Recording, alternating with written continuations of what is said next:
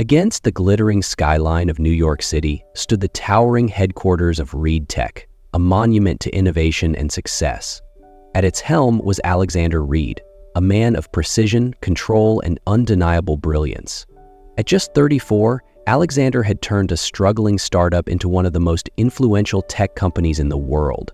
But now, seated behind his sleek mahogany desk in his top-floor office, Alexander was faced with a challenge that even his sharpest algorithms couldn't solve. The ultimatum had been clear: marry within 6 months or risk losing the CEO position he had built his life around. The board had justified it as a way to stabilize the company's image and align with their conservative investors, but to Alexander, it felt like corporate coercion. Enter Emma Carter, a 27-year-old financial consultant with a reputation for transforming struggling businesses into thriving successes. Ambitious, intelligent, and fiercely independent, Emma had spent years building her consultancy from the ground up. She had no interest in distractions or relationships, until a very unconventional proposal landed in her lap. Alexander and Emma's worlds collided in a calculated arrangement, a marriage of convenience. It was supposed to be simple: no emotions, no complications, just a contract. But as their lives intertwined and cracks formed in their carefully constructed walls, neither of them could predict the impact of what had started as a business deal. Would logic and control be enough to keep their hearts in check? Or would the terms of their contract become irrelevant in the face of something neither of them had planned for? Alexander Reed, a CEO known for his unshakable calm and calculated demeanor, rarely let anything disrupt his work. But the ultimatum from the board of directors had placed him in an unexpected situation: 6 months to marry. A command he couldn't evade. After weighing his options, Alexander made a decision. This would be a marriage of convenience. No emotions, no messy entanglements, just a calculated arrangement for mutual benefit. His team scoured for suitable candidates, and among them, Emma Carter's profile stood out above the rest. Emma, a brilliant financial consultant, had built her boutique consultancy firm from scratch. At 27, she was one of the youngest to earn respect in her field, but her journey to success had been anything but easy. Emma knew her worth and wasn't afraid to protect it. So when Alexander's proposal, ambitious and unconventional, landed on her desk, she couldn't ignore the opportunity. Their first meeting took place at an exclusive restaurant in Midtown. Alexander, impeccably dressed in a tailored suit, sat across from Emma, whose sharp professionalism was matched by her elegant attire. "Miss Carter," he began, his tone measured and precise, "I'm here to propose an arrangement, a 2-year marriage contract. No emotions, strictly for mutual benefit." Emma didn't flinch, meeting his gaze steadily. "And the terms?" Alexander outlined them in detail: access to Reed Tech's vast network, financial independence, and full support for Emma's business ventures. In return, she would play the role of his perfect wife at corporate events and maintain the appearance of being part of his life publicly. After a long pause, Emma offered a faint smile. "I have my own conditions." They negotiated like 2 seasoned business professionals, emotions kept at bay. At last, they reached an agreement. Emma agreed, not for love, not for romance, but for the immense opportunity this arrangement presented for her career. A contract was signed, but neither of them realized that this was only the beginning of complications they couldn't foresee. It all started out fairly straightforward. Alexander and Emma followed the terms of their contract to the letter, keeping their personal lives separate and appearing together only when necessary for corporate events. Product launches, fundraising galas, and board meetings went off without a hitch. Emma quickly adapted to her role as Alexander's wife in the public eye, earning admiration for her confidence and sharp wit. Alexander, meanwhile, couldn't help but notice how Emma always stood her ground, never allowing herself to be overshadowed. But small moments began to chip away at the emotional walls they had built. At one company dinner, Alexander caught Emma smiling, a genuine, unguarded smile, while speaking with a major partner. That smile, fleeting as it was, left an inexplicable impression on him, making him realize he was noticing her in ways he never intended. He found himself wondering about her thoughts, her laughter, and even her quiet moments when she wasn't trying to impress anyone. Emma was no exception. During a joint press interview, Alexander defended her skills and talent against thinly veiled questions about her credibility. The warmth that rose in her chest was undeniable, though she tried to ignore it. The turning point came during a dance lesson. Preparing for an upcoming gala, they needed to perfect their first dance. In Alexander's sleek penthouse, furniture had been cleared to make room. Emma stood across from him, her shoulders tense as Alexander gently placed a hand on her waist. "Relax, Emma," Alexander said, his tone softer than she'd ever heard it. She swallowed hard, her pulse racing at the gentle weight of his hand on her waist. The air between them felt heavy, charged with something she didn't want to name. "I'm not used to this," she admitted, avoiding his gaze. "It's just a dance lesson," he replied, though his gray eyes locked onto hers as if searching for something deeper. But Emma's body didn't listen to reason. His hand on her waist made her nerves buzz, and the way his gaze lingered felt like it could see right through her. They continued the lesson, but each subtle touch and every glance that lingered too long created an atmosphere neither dared to name. From that point on, things only grew more complicated. Emma found herself thinking about Alexander more often, not because of the contract, but because of the moments of raw honesty they shared.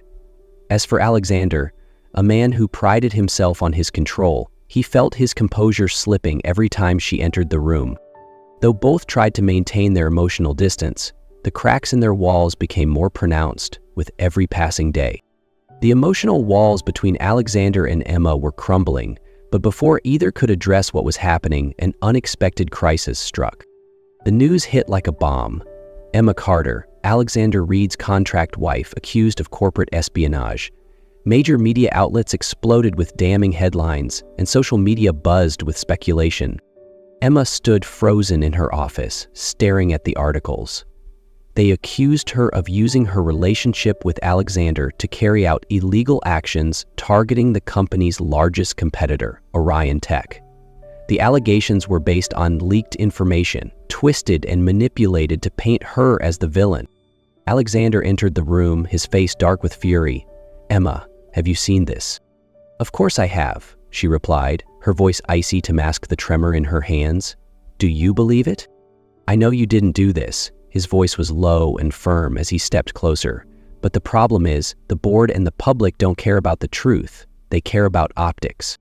"Joel, what now?" Emma asked, her anger bubbling to the surface. "Do you want me to sign divorce papers to protect the company?" Alexander's silence was deafening, and it made her chest tighten. "I just want to protect you," he finally said. "If this continues, your reputation, your career, everything you've worked so hard for will be destroyed." But Emma wasn't backing down. "I've worked too hard to let a fabricated scandal take me down," she said, her eyes blazing with determination. That night, Emma pored over the documents and data she'd gathered from her recent projects. A startling discovery emerged. The leaks had come from an internal source, and no one else but Veronica Reed, Alexander's mother, was behind it all. Emma confronted Alexander immediately.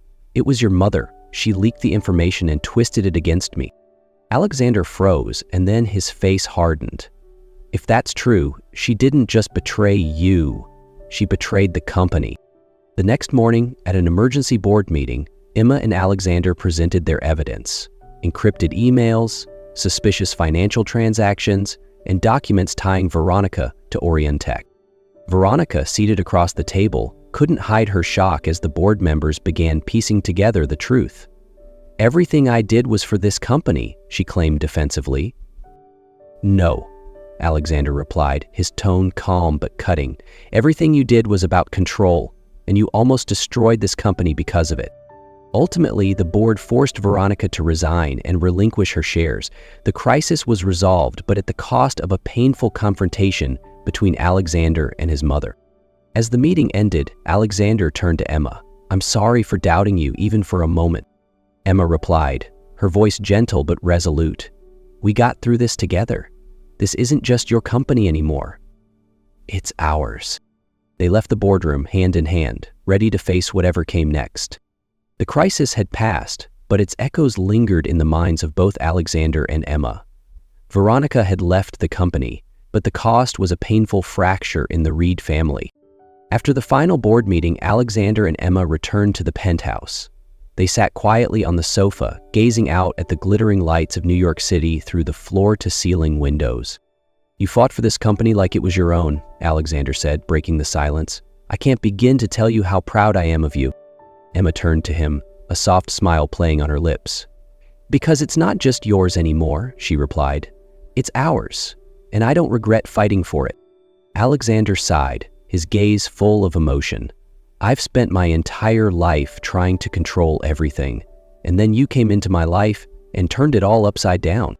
Emma let out a quiet laugh. "Didn't we have a contract for that?" Alexander stood, walking to his desk where he retrieved a familiar folder. Their marriage contract.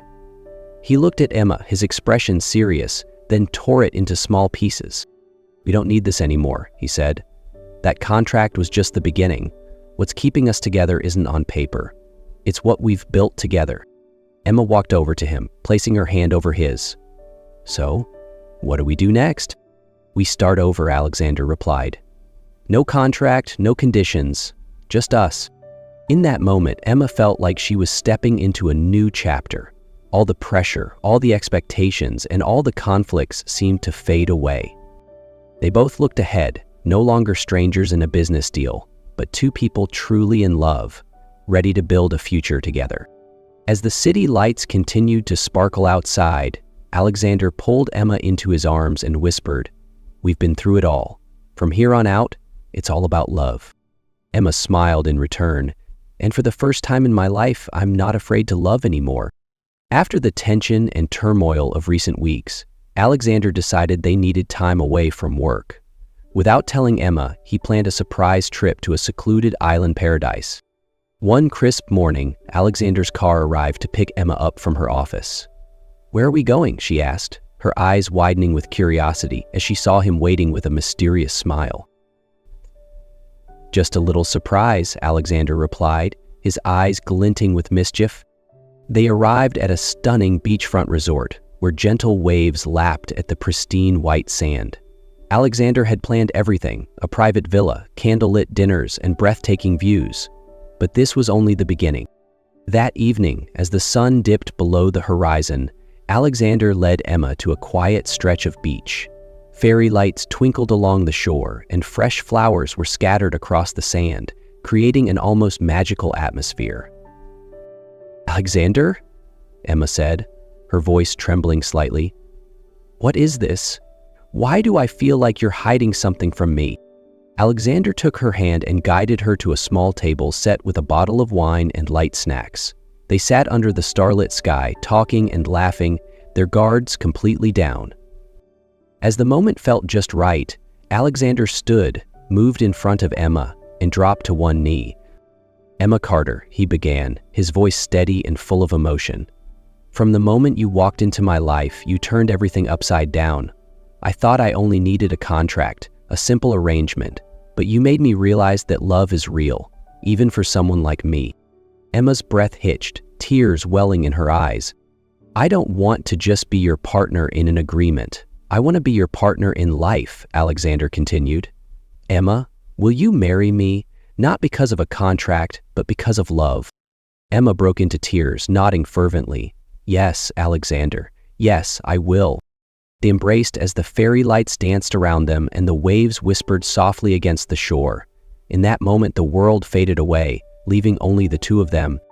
1 month later, Alexander and Emma held a wedding filled with vibrant flowers at a beautiful garden by the sea. Everything was perfect. The radiant blooms, the gentle music, and the heartfelt blessings from their friends and family. As they exchanged their vows in front of everyone, there was no longer a contract binding them. Only true love. Alexander and Emma's life after marriage was no longer filled with tense negotiations or strategic planning, but instead a peace neither of them had known before. Following their flower girl wedding by the sea, they moved into their new home, a cozy villa in the suburbs, where sunlight poured through every window. Emma continued her work in financial consulting, while Alexander led Reed Tech with the unwavering support of his wife. Their lives became even more complete when Emma shared the news that she was pregnant. Alexander, a man who once prided himself on controlling everything, suddenly found himself at a loss for words, overwhelmed by joy. He dove headfirst into learning how to be a father, from assembling a crib to researching the best diapers. When their daughter was born, they named her Lily, a name symbolizing purity and new beginnings. Watching Lily rest in Alexander's arms, Emma couldn't stop smiling. The once cold and composed Alexander was now a gentle, doting father who didn't hesitate to wake up in the middle of the night to rock Lily back to sleep or change her diapers. 2 years later, in their laughter-filled home, Emma sat on the couch watching Alexander play on the floor with Lily. The bright-eyed toddler giggled as Alexander pretended to be a playful monster, chasing her around. "You know," Emma teased, her voice laced with humor, "all of this started with a contract." Alexander chuckled, lifting Lily into his arms and sitting her on his lap. "Yes, but it's the best contract I've ever signed." Emma laughed heartily. "A contract so great that it turned into a family." Alexander turned to Emma, his gaze filled with love. "It wasn't the contract or the terms. You and Lily are everything I need. And I never thought my life could be this happy." Emma stood and joined them on the floor, wrapping her arms around Alexander and Lily. The three of them embraced in a warm hug, Lily's giggles blending seamlessly with her parents' joy. Outside the window, the golden glow of the setting sun bathed their home in warmth, as if nature itself celebrated their happiness. Alexander and Emma's story, which began as a cold, calculated contract, had blossomed into a family overflowing with love. It was proof that true love doesn't need conditions. It only needs sincerity and shared moments to grow.